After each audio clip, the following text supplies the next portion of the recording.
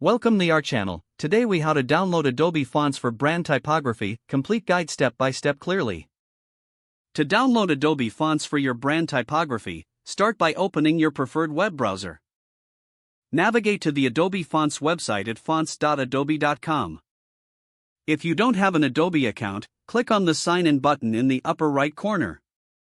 Select Get an Adobe ID to create a new account. Follow the prompts to fill in your details, then verify your email address.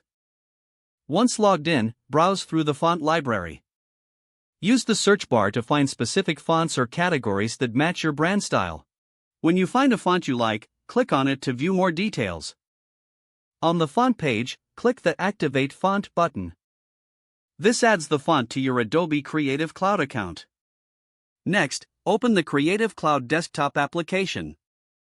If you haven't installed it yet, download and install the application from the Adobe website.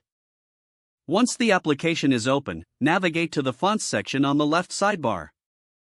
Here, you'll see all the fonts you've activated from Adobe Fonts. Make sure the fonts you want are toggled on.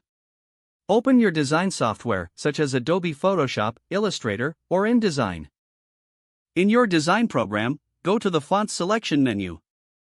Search for the activated Adobe fonts by name. Select the desired font to use in your design. Adjust the typography settings according to your brand guidelines.